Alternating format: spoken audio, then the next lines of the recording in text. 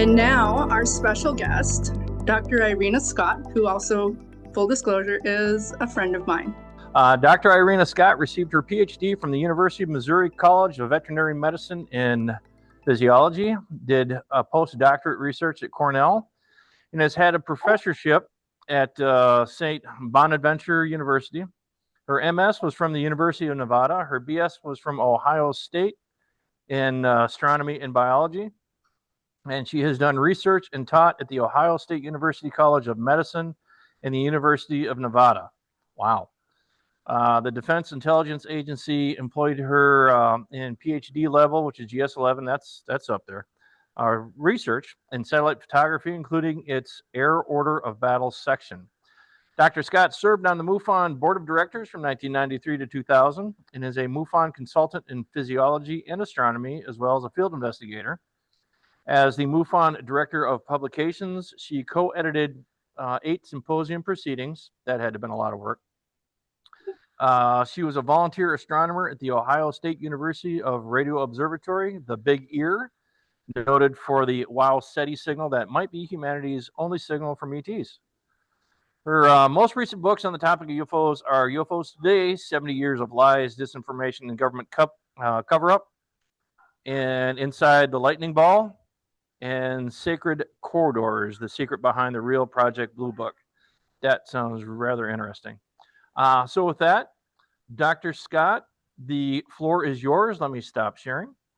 Well, this is about my new book, Pascagoula, the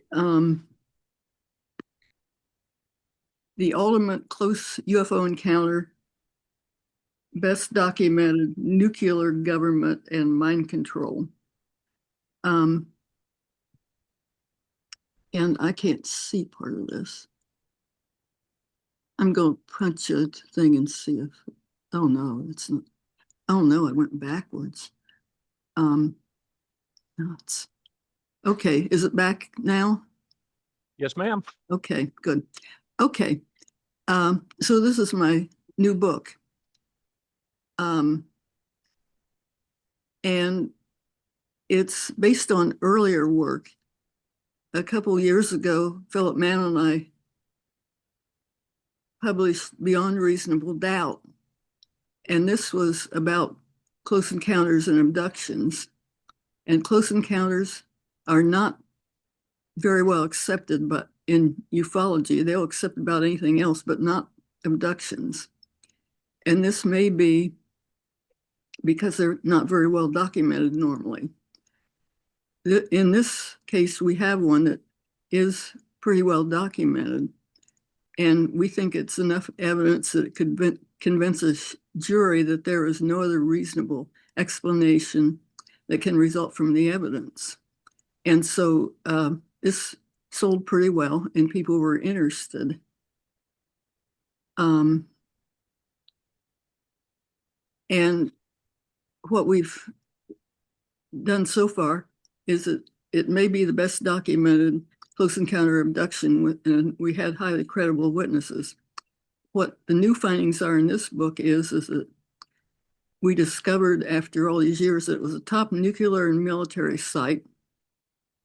It was involved in bringing about the most consequential UAP incidents in modern history, and it had unusual abduction and mind control aspects.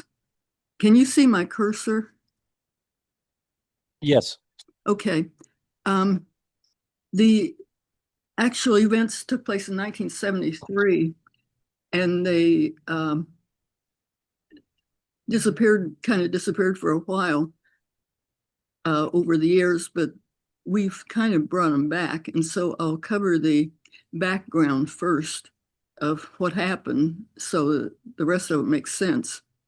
It focuses on the Pascagoula abduction on October 11, 1973, of 2 shipyard employees, Charles Hickson, age 42, and Kelvin Parker, who was a young teenager, by the Pascagoula River in Mississippi, down by the Gulf. They had no previous interest or belief or anything else in UFOs. They were just normal people out fishing just like anybody else. but something odd happened to him, not like everybody else. It's one of the best documented abduction reports, and it may be the best documented by now.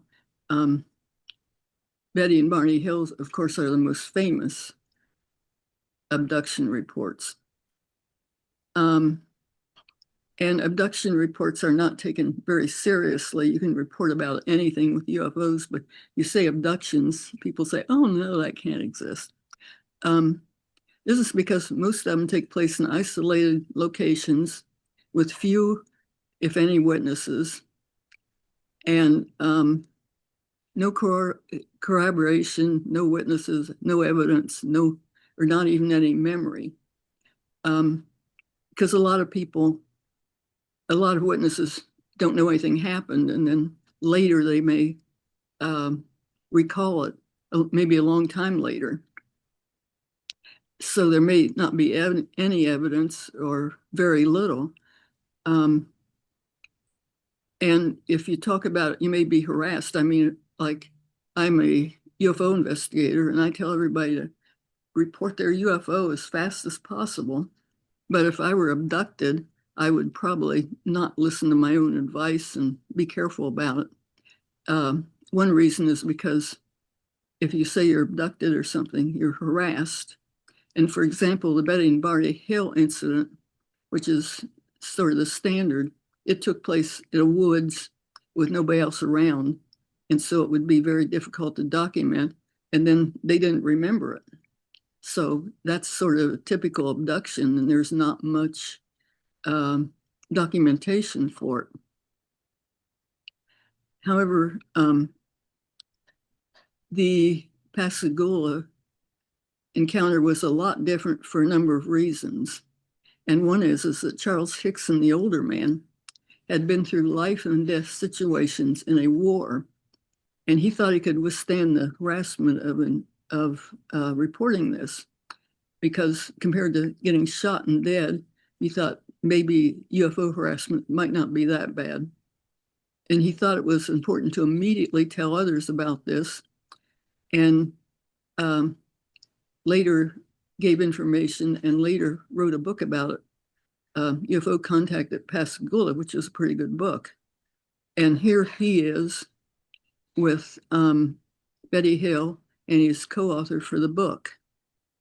The other participant is Calvin Parker. He was a young teenager. He had his whole life ahead of him, and he didn't want to go through life with everybody pointing at him and laughing at him and calling him crazy and asking him if he saw a UFO this morning and everything, which they do when they harass. And so he didn't want to talk about it. And he didn't say anything about it for about 50 years. So people thought he was sincere and not seeking publicity because he didn't want anything to do with it. After about 50 years, just a few years ago, his wife and Philip Mantle convinced him to say something, and he wrote 2 books, which Philip Mantle published, and which he really very, very strongly investigated. And he asked me to interview other people. Kelvin was expecting to still get harassed, but the atmosphere was a little bit different now. And these turned into bestsellers to his great surprise, and nobody harassed him. He was very welcome. People were interested. People were concerned about him and everything else. Both of these men are dead now. Kelvin just died just a little bit before the 50th anniversary of his sighting, unfortunately. Where it happened was also unique. This is the Pascagoula River. This is Charles. This is the Interstate 90. And there was a pier out here, which isn't, this is a more current picture, but back in those days, there was a pier. And they were fishing from the pier. It was after their day of work, and that's what you kind of do down there. There was a lot of water, and people fish and all kinds of things like that. There was a no trespassing sign on the way to the pier, and they parked the car in back, And Calvin had a new car, and he wasn't thrilled about this because there was a no trespassing sign, and he didn't want to get in trouble with his new car. And it was hard to get to. There were a lot of debris and weeds and everything else on the way to the pier. But his friend said, "Oh, this is a great place to fish," and so he went. They were family friends. The older man was a friend of Calvin's father, and Calvin was a friend of this man's son. So they were family friends. When they were there fishing, they saw blue. Calvin was very concerned about this because of his car, and he was a young teenager with a new car. He was afraid it was the police, and they were coming after him because of no trespassing sign. And he told Charles that he could go to jail, not Calvin, because that was his fault. But it turned out to be much, much, much, much, much worse than police. What happened next was, this is a drawing of Hickson of what they saw. This thing that came up, an object or whatever you call it. You know, some people call it a spaceship, you don't know. And it was egg-shaped, and worse than that, it was levitating. It didn't land or have propellers or anything. It just floated up toward where they were. The next thing that happened was that there was a flash of light, and they saw three beings, which they looked like beings or mechanical devices, they couldn't tell, which came out of the thing. And these looked kind of like the Michelin tire man or something.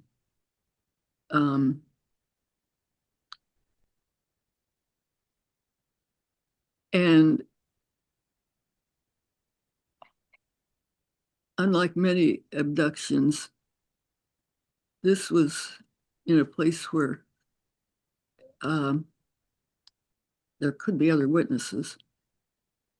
And the two things grabbed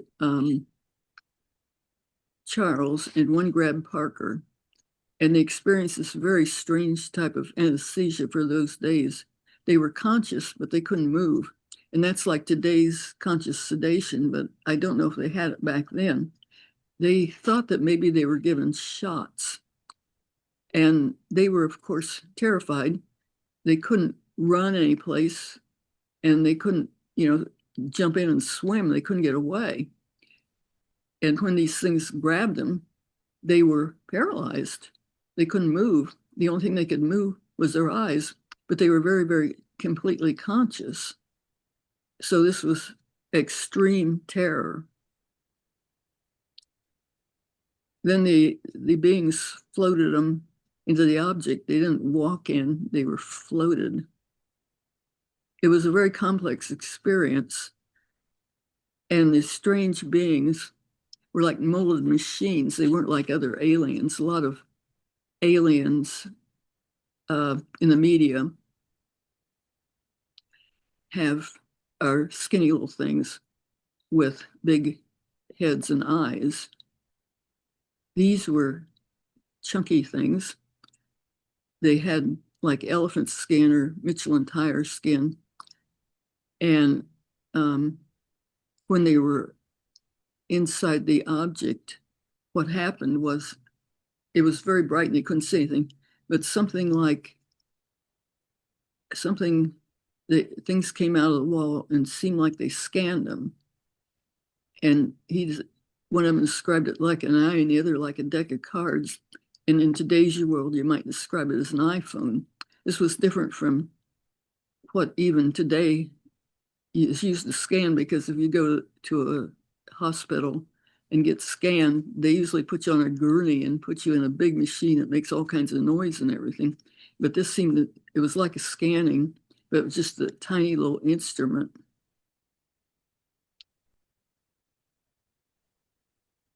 There were a lot of very unusual elements to this compared to a normal abduction.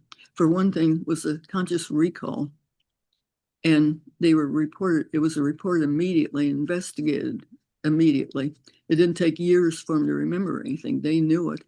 And Charles reported it, although Kelvin didn't go along with that. There were strange beings and machines.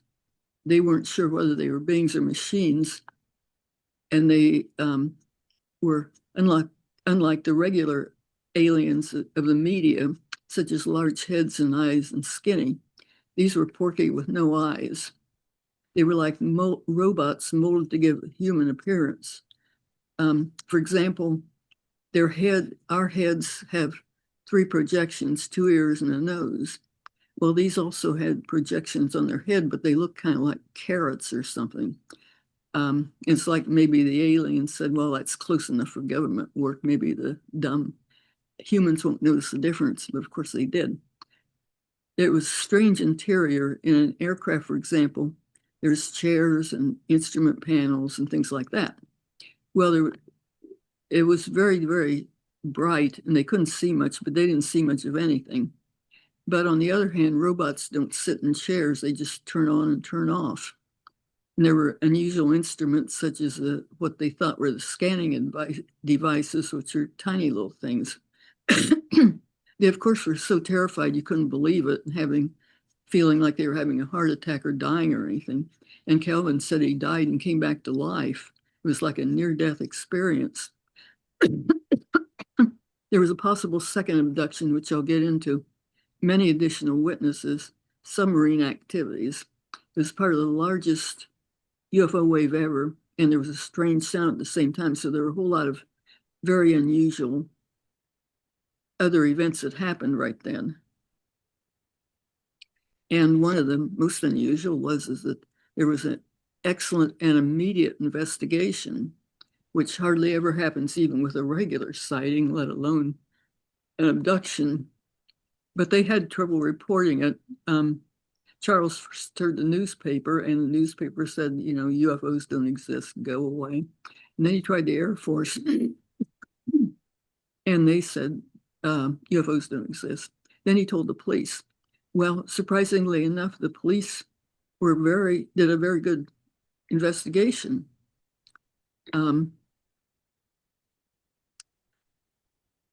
The sheriff didn't want to be hoaxed, and somebody would think if 2 people came in and said, well, we were just abducted, that they're probably hoaxing or putting one over on us. So they separated the men and interviewed them separately. Then they interviewed them together. And then after a while, the interviewer left them alone in the room. But unknown to them, it was rigged with a hidden tape recorder. And so the sheriff thought that if they were lying or hoaxing, this fact would become obvious when they spoke privately.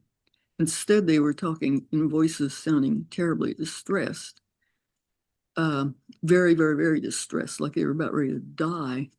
And this verified their account, and they were definitely believed. Parker was especially shaken and repeatedly asked to see a doctor and worried about whether they were contaminated. And surprisingly enough, the secret tape was saved, and it's on the internet so that somebody can hear it and actually hear their voices and see what they sounded like, which was terrifying.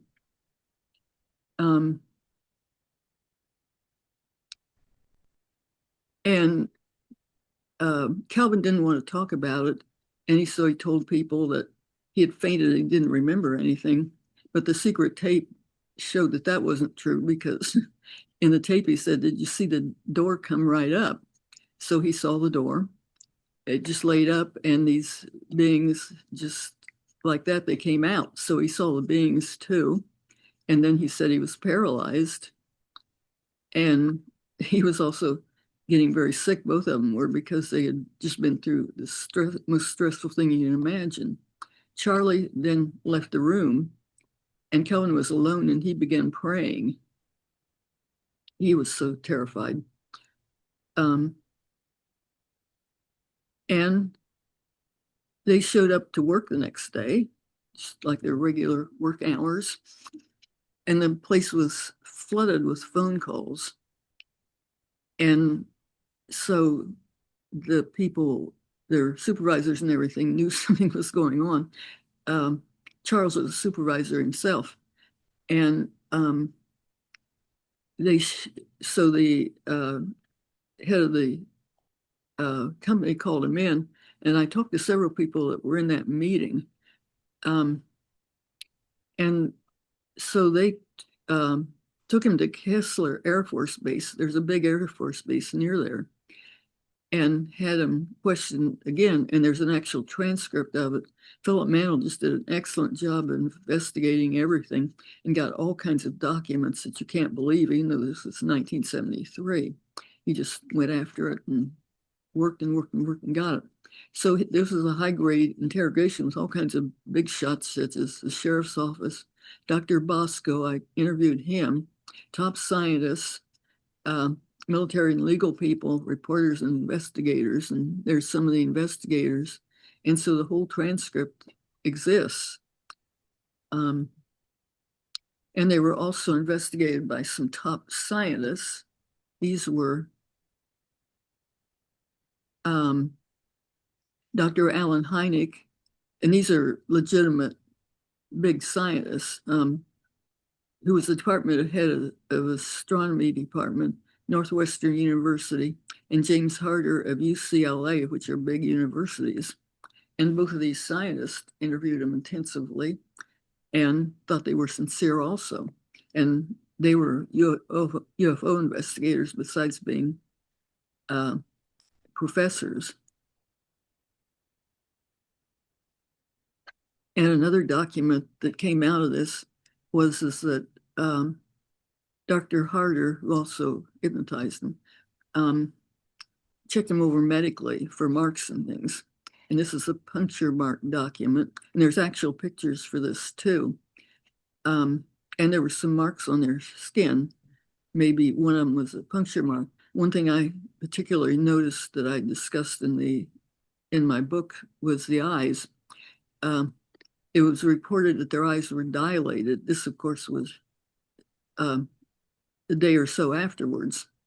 And I said, if they saw a bright light, this would constrict their eyes, not dilate it, and the eyes wouldn't stay constricted. But their eyes were reported to be dilated, and that might be a sign of drugs.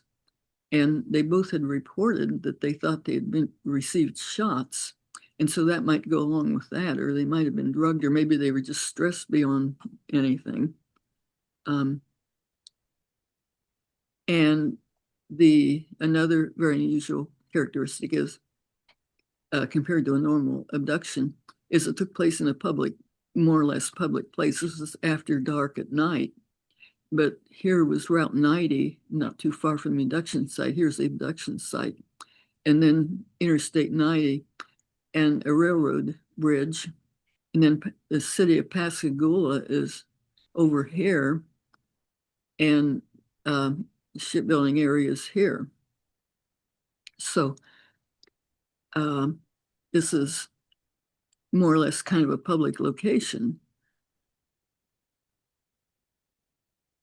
And the next very unusual attribute was that there were many witnesses.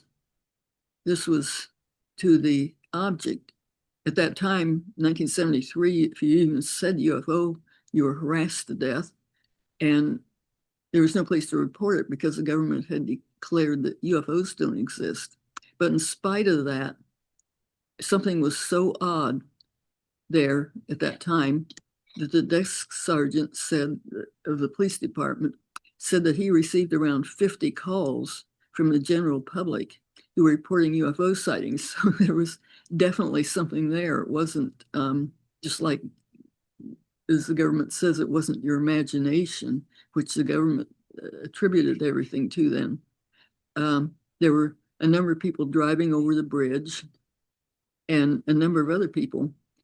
So there were quite a few reports right at that time to the police, which if somebody reports later, you wonder if they've heard of it, but this happened right then. So there was something very unusual flying around. It wasn't just them. Then the next very unusual part is other witnesses. And this was Mr. and Mrs. Blair. And the way we found them was because Calvin gave a talk, and it was on YouTube, and there were a vast number of comments. And one of the comments was that this woman said that her parents were there and saw the abduction, which attracted Philip's attention. And he asked who the parents were. And it turned out that they were on the other side of the river, and they saw something happening. And then the next day they found out about the abduction. That's what they thought they was, but they didn't report anything. Nobody, except to their family. And the only reason anybody found out was because their daughter made the comment. Well, I interviewed both of them, and what it turned out was I interviewed him first, and all he said was here splash, and he was a skeptic. He didn't believe in UFOs. Then I talked to her, and they were sitting on the other side of the bank by a pier. There was a ship out of the pier, and they were waiting for a supervisor to come because he and the supervisor were going out to supply some rigs, but they didn't have cell phones back then, and they didn't know the supervisor was coming, so they were sitting there waiting. And she said she saw this object flying around, which would have been in the area of where the abduction was. And she couldn't figure out what it was. She thought it was an airplane, but she said it just flew around and it didn't go anyplace. And she couldn't understand that. And then he decided to take his clothes to the ship. And so they were walking down the pier, and he was ahead of her. And she said something flopped up on the pier in front of her, and she was terrified. It came back down, and nothing came. It looked like a person, but nothing came up for air. This was about 9 o'clock. Then she said about 12 o'clock, she came back and she was terrified and ran. Well, this caused bells to ring in my head because, for one thing, 3 hours seemed to not be accounted for. They went down at 9, and then she came back at 12, but they didn't seem to be doing anything. The other thing was she was just absolutely terrified of this thing that flopped up on the pier. Well, anyway, I kept in contact with her, and about 2 years later, her husband became very ill and later went on a ventilator.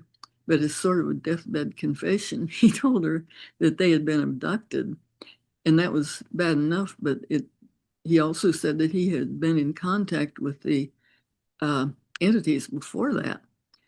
He'd had some kind of contact with them before that, which would, I mean, it's bad enough to be abducted, but to find out your husband is in contact with the entities too, that's pretty scary. And so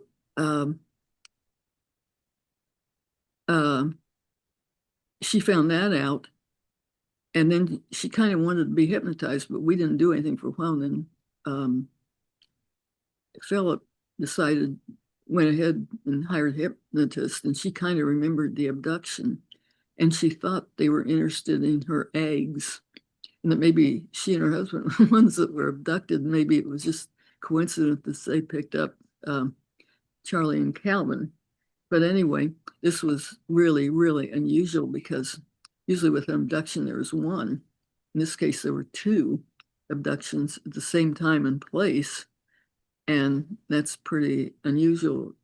About the only other one I found is one that also took place in about the same time, but not there, but 1973, around that date. So this was also very, very unusual for abductions.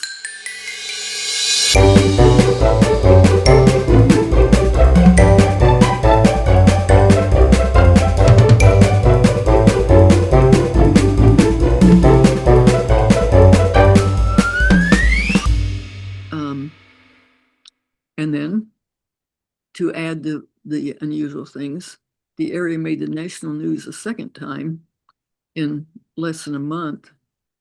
And this was the report of an unidentified submerged object. Nobody knew much about them then, but they're more in the news now. a USO.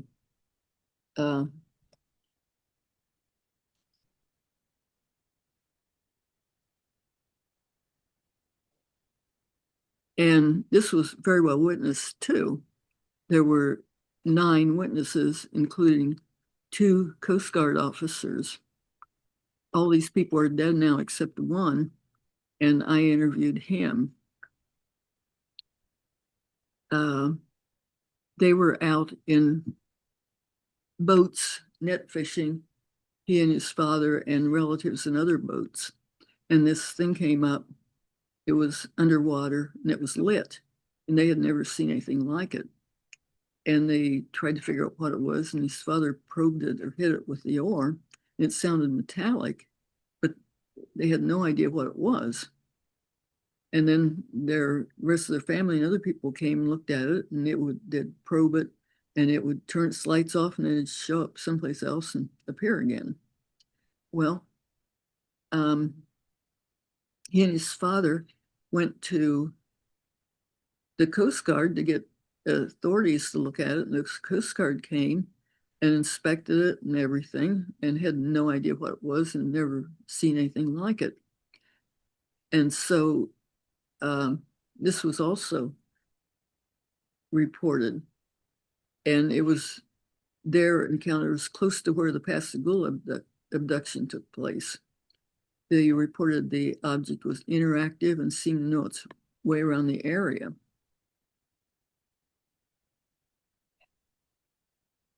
And although the abduction had been, it really made the news quite a bit, but the people had been ridiculed also. But with the USO, it was very well researched.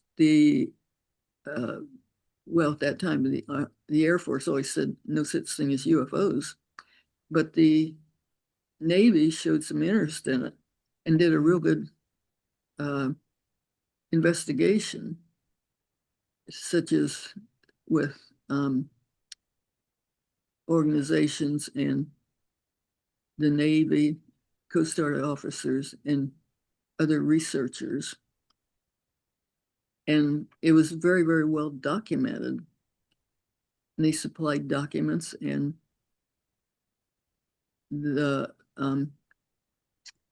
we found quite a bit of documentation for the investigation, so they took it seriously.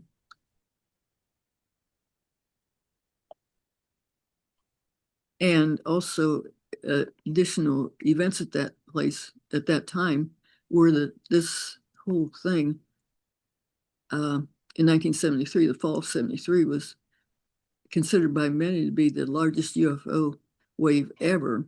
And I have a quote from the head of MUFON that said, the United States is currently the scene of the largest UFO sightings ever. And there's several other writings that said that too. So there was a huge wave of UFO going on. Also, there was a strange sound that covered about half the length of the country, and I did an extensive investigation on that.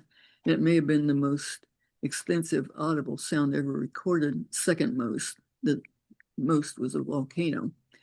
So there were some other unusual things and other events at that time.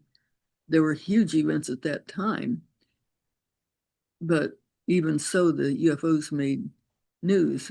At that time, there was a Israel war, a crisis, threat of nuclear confrontation, a DEFCON 3 alert, which alerts you to instant nuclear war.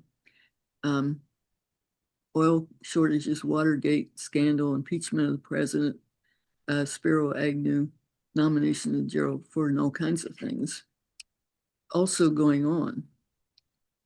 And I compared that to today's world, and it's like, although that was 50 years ago, it's relevant to today because there were a lot going on then that is going on now. UFOs are much in the news, Pascagoula and the wave, and now the investigation, the release of the files, and everything else. There's war and possible nuclear confrontation, which hasn't happened for quite a while. the government considered it significant in 1973, and today it's actually taken somewhat seriously.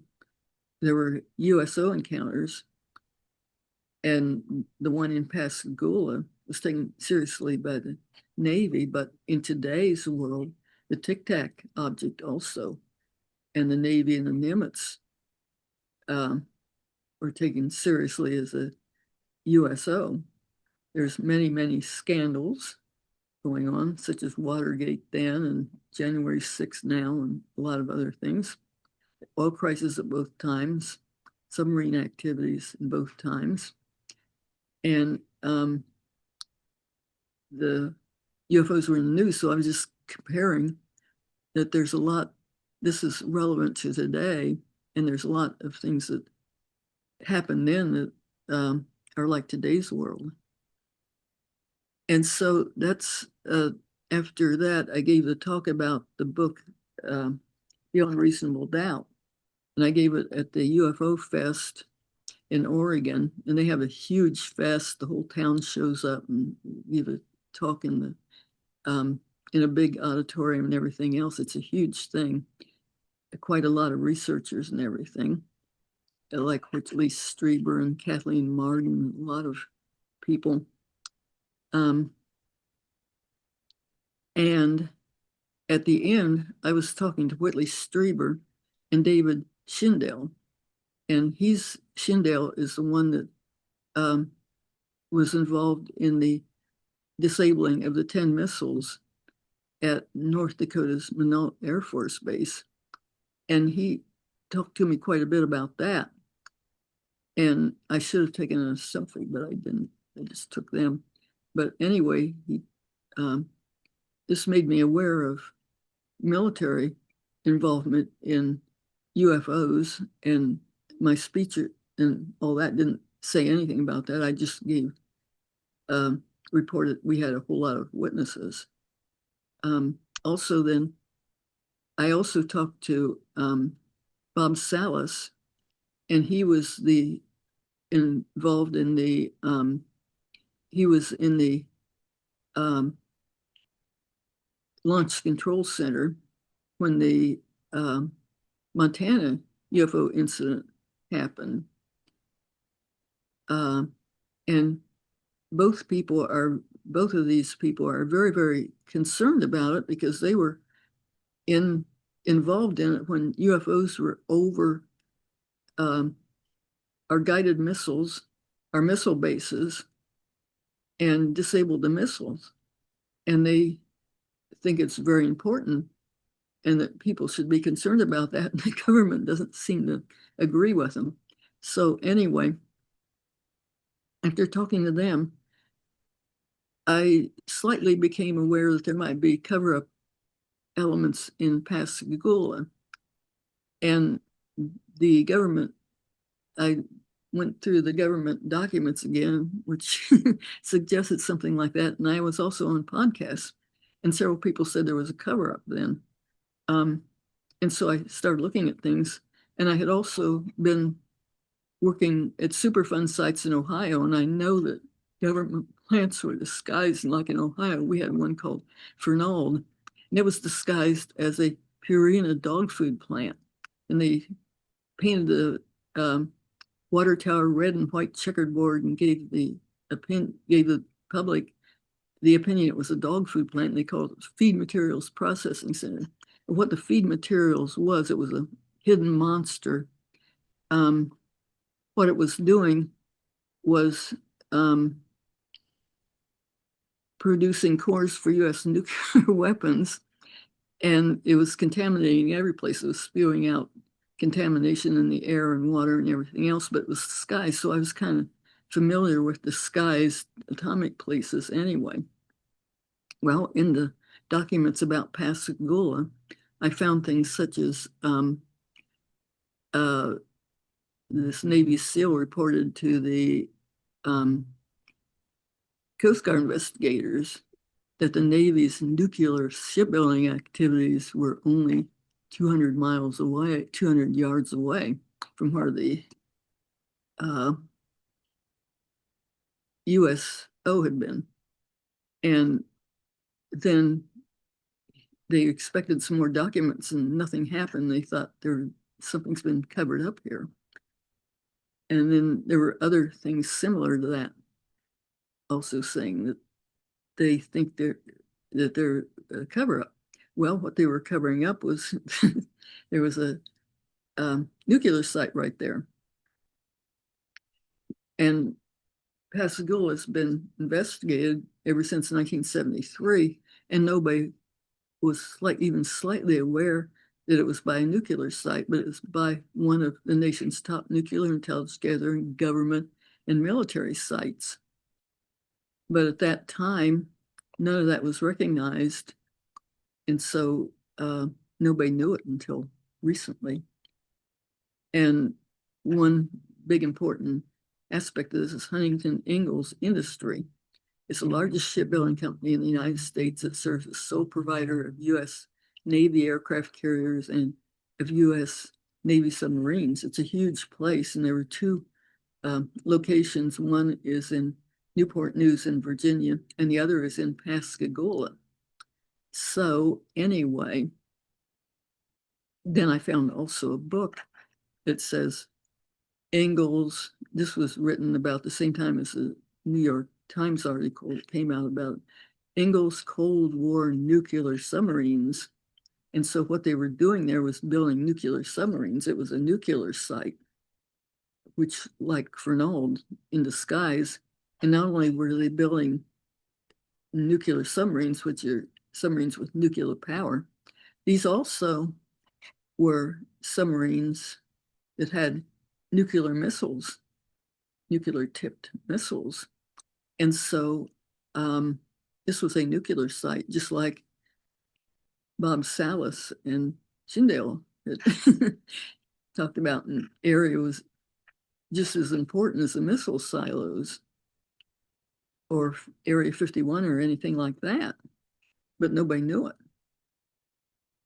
And it was always presented as like just backwaters, sleepy little coastal town. Maybe there's a boat manufacturer there, but it was just presented as just Southern good old boys and nothing of even slight importance, just the sleepy old Southern towns. But actually, Ingalls Industry is there and it's high military importance. And not only was the abduction very close to this, close to nuclear reactors, which nobody knew about, but the abductees and a number of witnesses worked in components of this or nearby companies. And the company rivals the space program in complexity. So this is not a backwaters nowhereville. This was a big technical center, and it was a nuclear center. And so with all the witnesses, this was like a military and government area that had been under intense surveillance by UAP, although nobody realized it. And it wasn't just a simple abduction of two backwaters fishermen. It was a high-level nuclear military intelligence site. And those who say there's nothing to UFO phenomena ought to pay attention, because this is very well documented and it's an important nuclear site. And so I was trying to find exactly where the reactors were and that sort of thing, and the boundaries of HII. And I asked people, including people who didn't know anything about UFOs, and apparently the area around there is pretty well, I mean, I couldn't find the borders on the internet. And I asked people, and people said that if you're out there in boats at night, that you may be stopped and they patrol the area and things. So it's not exactly clear where the borders of the Huntington Ingalls is even, because it's a very, very secure area where they stop people and ships and that sort of thing. Okay, then there's still more to this. This is another part of it, the most Consequential UFO Incident Modern History. This is, which took place recently. It may be even the most consequential in the millennium for all I know. It changed UFO history by UAP history by convincing the US government and the media to begin to recognize UAP. This was also the beginning of disclosure. That was the New York Times article of 2017. And the central element of this article was about UFO work. And this article is basically what caused the government to begin to recognize UFOs, which they sort of do now. And it was the beginning of disclosure, too. And what it was involved in was a Tic Tac object, which was reported in the paper. The Tic Tac was the focal point of the landmark New York Times article. It is what convinced the government to begin to accept UAP. And what it involved was the USS Nimitz. The involved part was the USS Nimitz carrier strike group. And this brought about the Tic Tac incident. So what was interesting is that the USS Nimitz was built by Huntington Ingalls Industry. It was the other end of the company, but it was still the company that was there in Pascagoula. So Pascagoula was important in that event.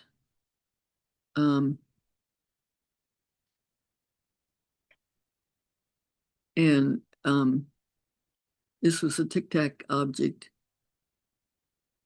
and it was detected by a lot of high technology, really important radar, and the camera footage. And it showed in both video and radar and everything else that the characteristics exceeded anything known in today's technology, and that's why it was accepted by the government. But the next part is that out of all the millions and billions of radar and other sensing equipment, only one observation was accepted by the government, and it was a product of Pascagoula. Right here, the Princeton is what detected and vectored and everything, the object, and did all the work of finding it and getting fighters out and everything. And it was built in Pascagoula. So Pascagoula equipment was essential to Tic Tac objects, so that not only is Pascagoula a nuclear site, but it's also a very high intelligence site too. And so there were UFOs around looking at that with all those different events taking place. Also, there's there's a lot of other areas in that area, such as Keesler Air Force Base and other nuclear facilities and things. So it was loaded with high-tech companies and installations. And so my book was, where we were to start with, was this site was the best documented abduction with highly credible witnesses, which is very unusual. But we had zillions of other findings, such as the the site was also a top nuclear and military site, and it had unusual abduction and mind control elements, which I'm not going into. And it was also involved, it's important enough, it was involved in bringing about the Tic Tac incident. But there's more. And so this will go on for a while. Additional significance. You might just think that, so what? There's a nuclear submarine, so what? Well, what is that the Navy's nuclear submarines carry about 70% of the US nuclear arsenal. It's the strongest branch of the nuclear triad. And one submarine equals the sixth most powerful nation. You don't think of a boat manufacturer as having anything to do with nuclear sites. But the nuclear missiles and like the Hanover site are what people think of as nuclear. But what actually, where actually most of our nukes are, is in the submarines. So that this is important for that reason too. And they also spend an awful lot of money on defense and security, like trillions of dollars. And so these researchers I was talking to think that sightings near nuclear areas of great significance. For example, Robert Hastings' book is called UFO and Nukes. They think that a lot of people think that UFOs are interested in nukes. David Schindel is very concerned about the subject after his event in Minot. And Robert Salas is concerned because of his incident. And I was just saying that maybe Pascagoula should be in that list too, because it was a nuclear site with missiles. And it, besides that, there was an abduction. And I think Pascagoula, instead of being a southern backwoods sighting, should be more like considered a military sighting. It isn't totally compatible with the abduction because there were so many other witnesses and events. And also, I went into metal effects, but I don't have time to now. But recently, some of the top military investigators, such as Robert Hastings, Bob Jacobs, Raymond Fowler, and Robert Salas, which are investigators of nuclear sites, have reported metal effects, including abduction, repeater phenomena, family effects, and other events, such as reported by Charles and Calvin, which is pretty weird because these big investigators who are presenting themselves as scientists are saying, well, they're experiencing abduction too, which makes you think there's some metal components. And there was a lot of other things that made me think of metal components to it.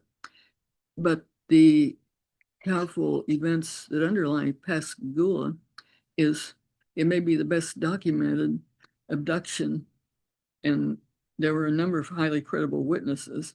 But on top of that, it's a top military, nuclear, and government area. It's has top intelligence gathering abilities, and it had unusual abduction and mind control elements. And so my question is, after all this is, UAP effects near nuclear, military, intelligence, and government areas are important. The world could be destroyed by these things. And then, like with the missile people, they've reported, them and other people have reported the UFOs seem to be able to control the missiles. Well, you can destroy the world with this. This is important. And so is the government expenditure of resources too. So why does the government ignore this? And Schindel and Salas have been talking all over the place and trying to bring attention to this, that this is important, that the UAP seem to be very involved with nuclear sites. And so that's my talk. And now I have to figure out how to get out of this. Let's see. So I know that we have several people that have questions, and why don't we go to Susan, who has had her hand up for a very long time now. Hello, everyone. And Dr. Scott, you'll find this very interesting. I live 30 minutes away from the town of Pascagoula. Oh. And I've been there, a handful of times.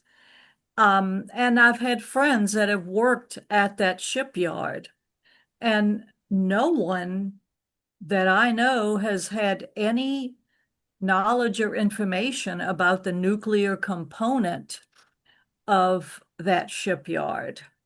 Some people I do know have talked about the Pascagoula, UFO incident, but it seems like most people just want to dismiss it. And that's probably because, everyone else wanted to dismiss it, wanted it to go away, I believe, way back when, to hide the fact that there was something going on there. But anyway, so I've lived here for about 6.5 years, and so this is very, very big news for me because it's so close to where I live. Just thought that you'd find that interesting. Well, thank you for that information, because it totally escaped. I've been investigating ever since it happened, and Philip has just done a vast amount of investigating, and it totally got by us. It was a nuclear site. And, and one of the sad things is that we don't even have a chapter here in Mississippi. Oh, really? Yeah. No. Oh. So that's why I watch meetings of other states online, because we don't have a chapter, so we don't have any meetings. Yeah, I heard somebody say that and I didn't believe it, but that's a shame. Okay, so does anybody here in Rapids have any questions? No? Okay, well, I've got some. Thank you, Dr. Scott. Awesome presentation. Pascagoula has been one of those incidents that I've known about from a long time, and I've always found it interesting. I believe there is a picture of one of those aliens that exists. It was a very poor picture taken by a police officer. Do you know anything about that? Yeah, I don't, it wasn't taken at that time though. Okay, but it's kind of like the same creature though, was it not? Yeah, maybe so. There were several. Oh, okay. Nothing. Okay, I'll try to find that picture and send it to you so you can see that. Okay. And I'll try to splice that picture in here on the video too for people to see what I'm talking about. Moorhead, you guys doing okay? Are there anybody over there with questions? So you're still fighting tech over there? Not yet. Okay, how about anybody else online? Have any other questions? Okay, then I have another question for you.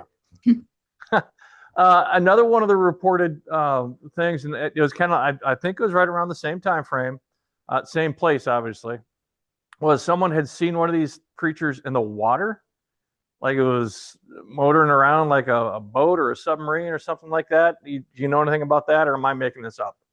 Well, the two people that, the other two people that were abducted, they saw the creature swimming. Yeah, but were they like not moving? They were just kind of in the water, just being self-propelled, or were they actually moving their arms, legs, anything like that? I don't know for sure. I think they reported they were going through the water, and they must, I don't know if they could even see them that well, but I had the feeling they thought they were swimming. Okay. That might be what I'm thinking of then. So, okay. Actually, those are the only two real questions I had for you. I mean, like I said, this case is a very interesting case, and one that I've known about obviously for a long time because it's been around for a long time. But It was pretty good. So anyhow, Moorhead, how you guys doing over there? Any questions? We just finally got up and running again. So do we have any questions here? We got some shy people at the moment. I have some questions, Irena. How can I get a signed copy of that book? Because I have to tell you, I didn't know any of this stuff, and now I'm super intrigued and I want to read that book. Well, I'll get one and send it to you. All right, I'll connect with you after the meeting sometime this evening. Okay. We got a question. Do you want to come up and ask her yourself? No, I'm good. Okay, we have a shy person. Well, I find it curious that the about the nuclear aspect of it. Is there any theories on why they're attracted to nuclear sites? Is it something that they would want to use for their own use? Is it something that just kind of maybe shows up on their, scanning panels, or have they found a connection yet? Okay, so the question is one of curiosity. I do have to repeat it if you're not up here because the mic doesn't pick you up.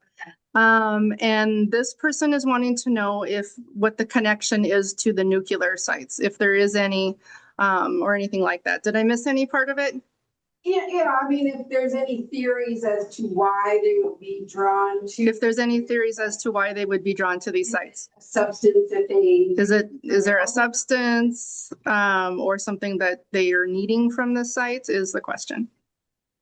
I don't know, because there's been a number of books written about, like the one I mentioned, nukes and UFOs, that a number of researchers think that the UFOs are interested in our nuclear sites, and they are a very important aspect because of the ability to destroy ourselves. But there's different theories, but I don't think they know. And they've just made that observation. A number of people have said that, but I don't think there's any good information on why. I think that's a great question as to why. Is there any other questions online or in Rapids? We do have another one here in Moorhead. Hi, Irena. I That was very interesting. I've heard the story of the case many times, but I've never heard that aspect of it. I guess I'm curious about your theory on this, or maybe you know more information about it. The way that they described what they looked like with the protruding and the suits and all of that, is there any speculation that that was actually the US military and not other entities from other places, just because of the look of that? It seems so different.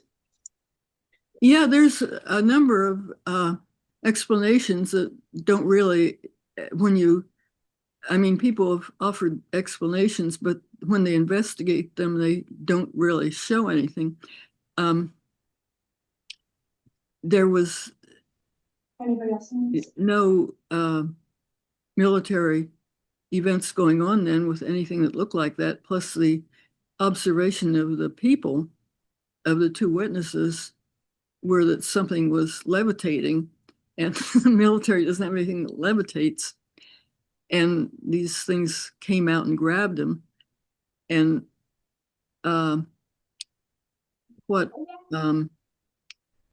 what's unusual about it is that the entities look a lot different from anything that's described in the literature. And you'd think if they were hoaxing, they would make up something that was like like pictures of ET or something. And these turn out quite a bit different. There wasn't any other evidence that the military was doing anything then. Sure. Well, thank you. I was just curious if you had heard anything that was just along those lines, because it was so different. It looks so different than anything I've ever seen before. But yes, but thank you. Sorry, I can't do a better question. No, that's okay. It was great. It was a great presentation, good information. So thank you. Okay, we don't have any more questions here in Moorhead. We have kind of a shy group today. How about online or in Rapids? Susan's hand went up and down a couple of times. I don't know. Susan, you got another question? Yes. Okay. It's actually more of a comment. I've studied the UFO phenomenon and paranormal and metaphysical arenas for many years, and information that I've come across states that the aliens, they have a very vested interest in our planet making it. There's concepts that we were created from them, from their DNA, and they have every interest in keeping us going for whatever purposes. But at any rate, a nuclear explosion like that last one, in our past, it has a huge ripple effect that goes out into the cosmos. It doesn't just stay stationary. And I'm not sure if that's physical or conscious type of a ripple. But either way, it's something they do not want and they will not ever allow again. And that's why they shut all those warheads down at Minot. And that would be why they would have an interest in these shipyards that are building more nuclear subs, keeping a close watch. So I don't fear nuclear explosions anymore, because I know that we have some, watchers watching over that, and they're not going to allow it. So that's my understanding, and it seems like it's worked up till now. Let's hope that this stuff in Iran doesn't get too overblown. Yeah, and there's people that also reported that something like that happened in Russia too, to their missiles. So we hope that, Yes, not surprising. that nothing happens, Yeah. because nuclear war is a horrible thing. Floor is open to anybody that wants to talk. I have a question. This is Jamie. Yeah, hi, Jamie. I'm a little slow on the draw with questions, but I have one for Dr. Scott, if that's okay. Yeah. Okay. I'm wondering if there's any theories or investigation that's been done into, if the entities were present because of nuclear things going on, what would make them then change gears and become interested in, studying or abducting the people there? I don't know. You see, we didn't, nobody knew it was nuclear all that time. And it would probably really made the news if people had known that. But there were just a whole lot of sightings right then. And what was amazing to me is that something happened to me right then when it happened too. And I was way across the country from it. And that was the sound, which happened at the same time as the abduction. But I just wonder if there might have been something that happened in a wide area instead of just there. And the sound did. But I don't know. There were a lot of sightings right there at that time. When I talked to people, I wasn't aware of it, but I was wondering later if more people had been abducted at that time than the two that figured it out later. Do you think the abductions in the Pascagoula area might have been, because of the nuclear stuff, they're just kind of checking contamination amongst the local populace? I don't know, because it's sort of unusual to report an abduction at a nuclear site. Usually there's just sightings of UFOs in that type of area. So Right. I was saying that's really unusual to start with, especially when there's possibly two. And I don't know. I think, according to what a lot of people say, that they're interested in nuclear areas, nobody knows why. But it seemed to be like there were a lot of sightings right there at that time. And it's unknown why. There was a lot of activity, and they were almost getting ready to have a nuclear war. Yeah, that is kind of interesting. Susan, do you have something else? This is more of a question.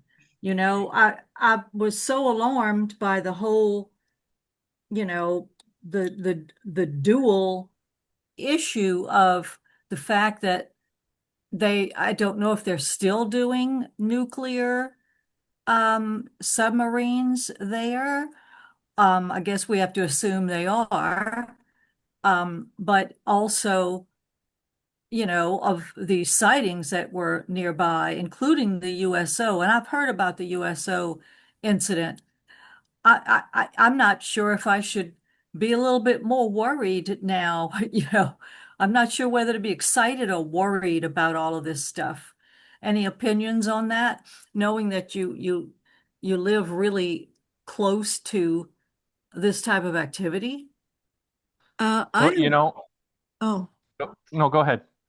I don't think they're making anything nuclear now at Pascagoula, according to what they say, but it's classified, so you don't know for sure. Right.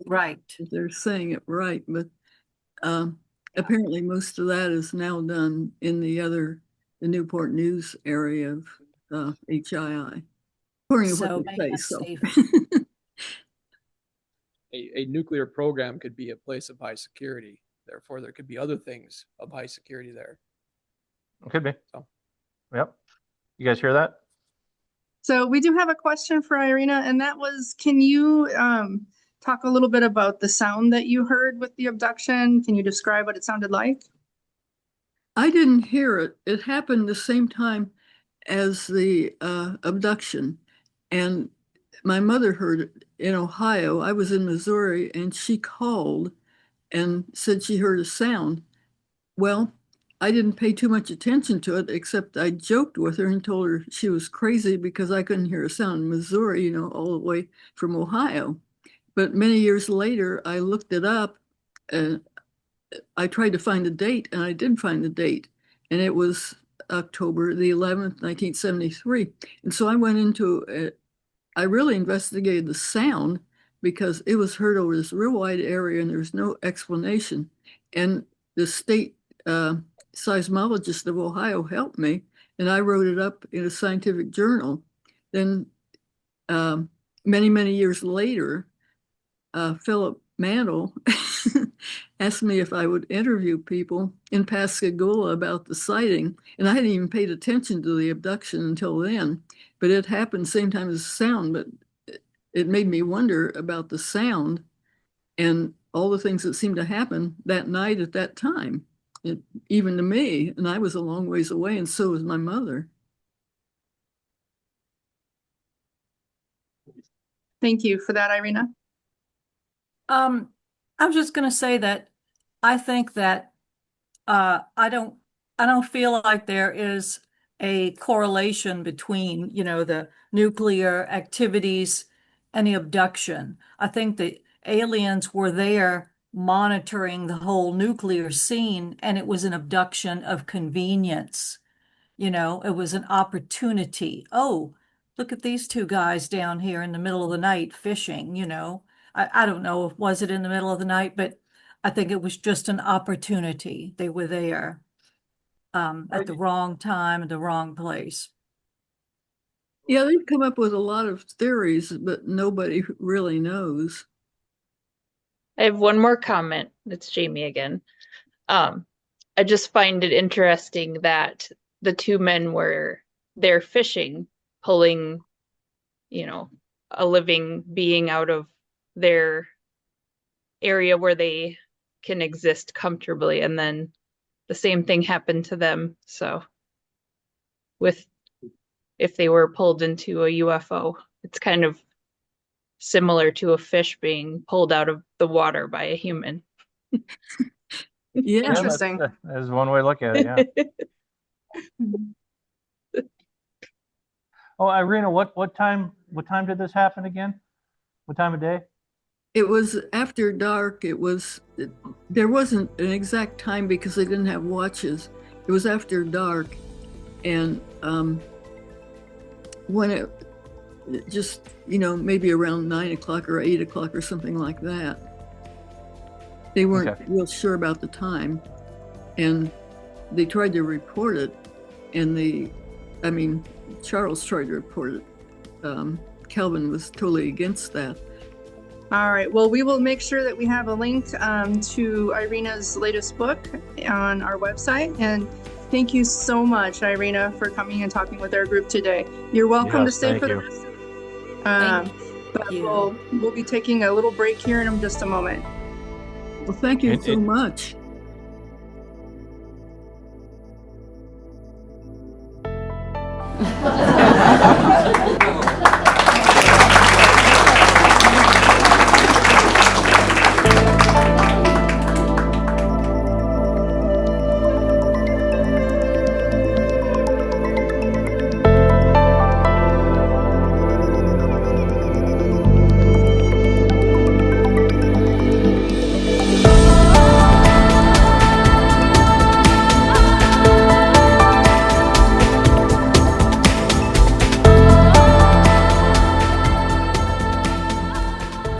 Another authentically Minnesota soda pop.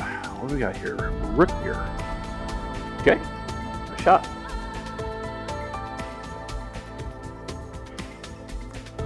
Not bad. Tastes more like cream soda, but okay, not bad.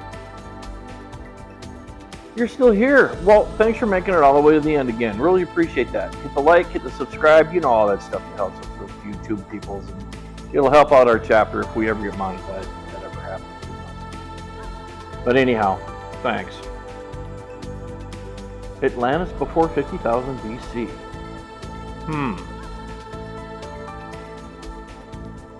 I think that might have been the best MUFON meeting I've ever